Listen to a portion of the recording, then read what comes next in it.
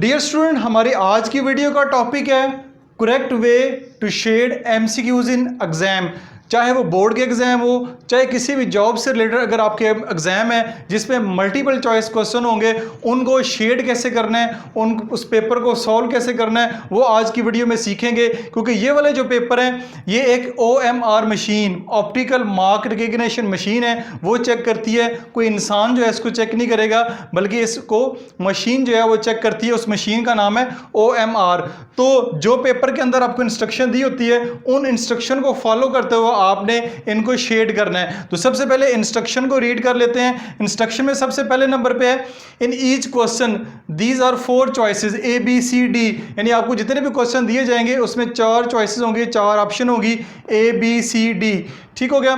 Choose one, उनमें से आपने एक को चूज करना है, कोई भी आपको जो लगता है A है, B है, ये C है या D है।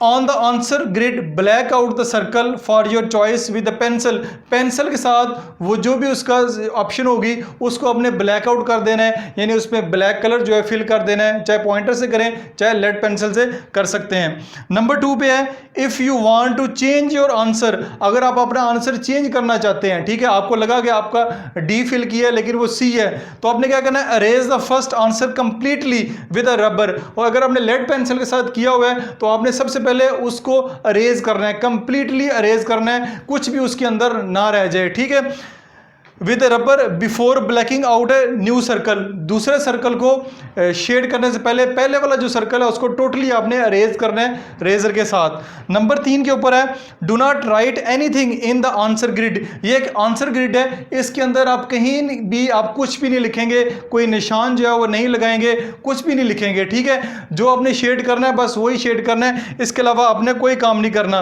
The computer only record what is in the circle, यानी कंप्यूटर या OMR मशीन जो है उसने वही चीज चेक करनी है जो सर्कल के अंदर मौजूद है, इसके अलावा कुछ भी और चेक नहीं करना। तो जो मेन इंस्ट्रक्शन थी वो मैंने लिखी हुई है, आपके एग्जाम में कुछ और भी इंस्ट्रक्शन लिखी जा सकती हैं। सबसे पहले आपने इंस्ट्रक्शन को अच्छे से रीड करना है, फिर आपने क्वेश्चन के आंसर जो है वो शेड करने हैं। तो करेक्ट वेज और इनकरेक्ट वेज, तो करेक्ट वे मैं आखिर पे बताऊंगा। सबसे पहले इनकरेक्ट वेज देख लेते हैं कि आप इनको शेड करते हुए कौन कौन सी गलतियां कर सकते हैं। लेट्स सी, आपकी जो C ऑप्शन है वो अगर ठीक है तो यहाँ पे आप बहुत सारे बच्चे जो है ऐसे टिक लगा देते हैं। ठीक है, ये वाली ऑप्शन जो ठीक है यहाँ पे टिक लगा दी, तो आपने इस पे टिक नहीं लगानी। ठीक है, पहली जो गलती आप करते हैं वो यहाँ पे टिक लगा देंगे। दूसरी गलती कौन सी हो सकती है, दूसरी गलती ये हो सकती है कि आप यहाँ पे सर्कल जो है ऐसे कर दें। ठीक है, इसको शेड कर दें।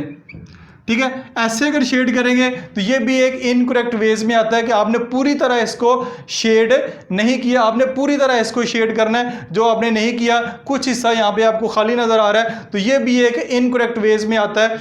नंबर 3 पे अगर देखें तो कुछ बच्चे ऐसे कर देते हैं। ठीक है, कुछ बच्चे ऐसे इसके ऊपर लगा देंगे कि ये वाला जो आंसर ठीक है इस पर क्रॉस लगा दें, तो ये भी इनकरेक्ट वेज में आता है, आपने इसको ऐसे नहीं करना। इसके अलावा अगर नंबर 4 पे देखें तो बहुत सारे बच्चे जो है ऐसे लाइन लगा देंगे। ठीक है, लाइन लगा देंगे, ये भी जो है इनकरेक्ट वेज में आता है, आपने इस तरह इसको लाइन नहीं लगानी। ठीक हो गया, ये तो 4 जो मेन है वो मैंने बताए हैं। इसके अलावा अगर आपने अच्छे तरीके से इसको शेड कर दिया है, चलो मान लिया कि आपने इसको अच्छे तरीके से शेड किया है, ये देख लें कि आपने बिल्कुल इसको ब्लैक कर दिया, अच्छे तरीके से शेड कर दिया।